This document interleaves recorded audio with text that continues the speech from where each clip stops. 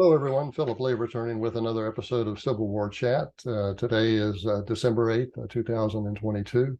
Click on the subscribe button here in the lower right to subscribe to future episodes, and also the notification bell in the far upper right to be notified when they're released.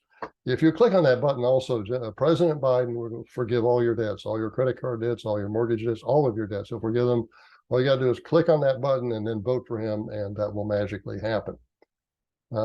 I want to also take this opportunity to encourage you to get Causes of the Civil War by Philip Lee, $22 at bookstores like Barnes & Noble and Amazon, $26 if you want an autographed copy from me. Just email me, Phil_Lee, L-E-I-G-H, at me.com. And it would be $26 for me if you live here in the United States.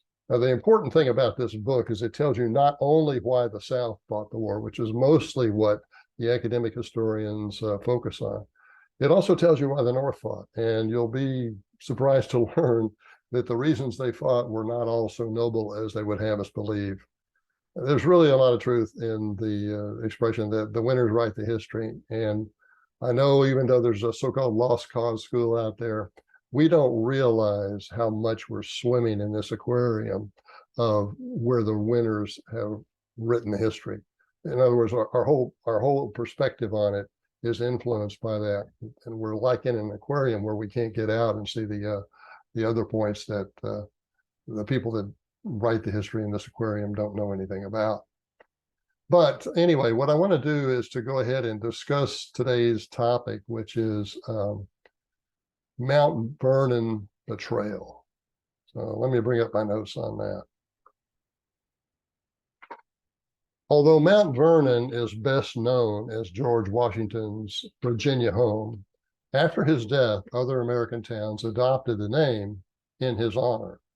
Now, one of these towns was in Ohio, where in 1863, General Ambrose Burnside and President Abraham Lincoln conspired to usurp the Constitution and censor free speech.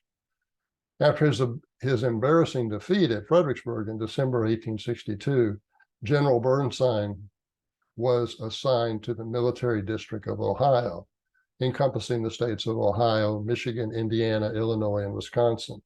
Now, militarily, Burnside had little to do except to repel General John Hunt Morgan's Confederate 1863 cavalry raid.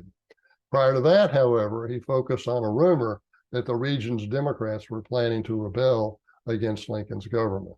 Consequently, in April 1863, he issued an order that, quote, persons who commit acts for the benefit of our enemies will be tried as spies and traitors, close quote. Now, Burnside quickly demonstrated that, quote, persons, close quote, subject to the order included civilians, not just soldiers. 4 days after Ohio's leading member of the loyal opposition, Democrat politician Clement Van Landingham, made a speech at Mount Vernon, Ohio, criticizing Lincoln's conduct of the war, Burnside arrested him on May 5th, 1863. The general's tribunal charged Van Landingham with, quote, publicly expressing sympathy for Confederates and declaring disloyal sentiments and opinions, close quote. In reality, Van Landingham opposed disunion. His position on constitutional rights, including free speech and national unity, was encapsulated in the famous slogan, quote, the Constitution as it is and the Union as it was, close quote. Since military tribunals were not bound by the conventional rules of evidence and other legal niceties, Van Landingham was convicted quickly on the 7th of May and sentenced to jail for the remainder of the war. Asserting that the military tribunal had no authority over civilians, Van Landingham appealed to Cincinnati's federal district court, where the judge rejected his argument on the 16th of May. Now, to this point, the affair had become a great embarrassment to Lincoln's administration. The president realized that he would likely need support from Northern Democrats in order to win the war, especially considering that the Union Army's simultaneous defeat at the Battle of Chancellorsville had taken place at this same time. Newspapers of the period revealed that the Van Landingham incident was getting as much press as was the battle, notwithstanding that Chancellorsville was the biggest Confederate victory of the war up to that point. Anti-administration protests broke out across the North. To be free of this controversy, Lincoln ordered that Van Landingham be escorted to Tennessee, where he was banished from the Union. Instead of staying in the South, Van Landingham moved to Canada, where he ran for governor of Ohio in absentia. Now, when Van Landingham's appeal went beyond that district court to the Supreme Court in February of 1864, the justices chickened out. They declared they had no authority to review the judgment of a military tribunal. Now, according to historian Jeffrey Parrott, quote, at least 13,500 people were arrested on suspicion of disloyalty to the Union during the war, but the true figure may well have exceeded 30,000, close quote. Among them was Lambden Milligan, convicted in December 1864 by a military tribunal in Indiana of offering aid and comfort to Confederates and inciting rebellion. Since two circuit court judges could not agree on the case when it was appealed to them, they passed it on up to the Supreme Court. Now, finally, on April 3rd, 1866, the Supreme Court ruled unanimously that civilians cannot be tried in a military tribunal in any area where civilian courts are operating. So in less than about 2 years, the court reversed itself. Now, Milligan and his two co-defendants were then freed from their lifetime jail sentences. Future President James A. Garfield was among the lawyers defending them.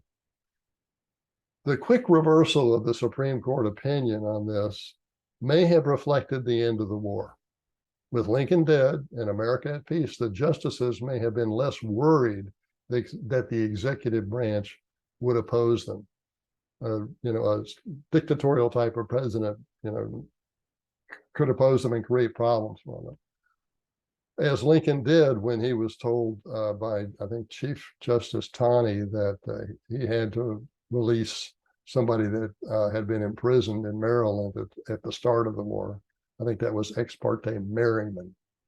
Nonetheless, once Milligan and his co-defendants were released, presumably there were more prisoners like Milligan serving lengthy jail sentences who deserved to be released. So this was an important ruling and an important reversal. Okay, so again, for Christmas, consider getting Causes of the Civil War by Philip Lee. You can get it at Amazon, Barnes & Noble. If you want an autographed copy, email me, Phil, PHIL_Lee, LEIGH at me.com. Okay, that's our show for today, and thanks for watching. I look forward to seeing you next time.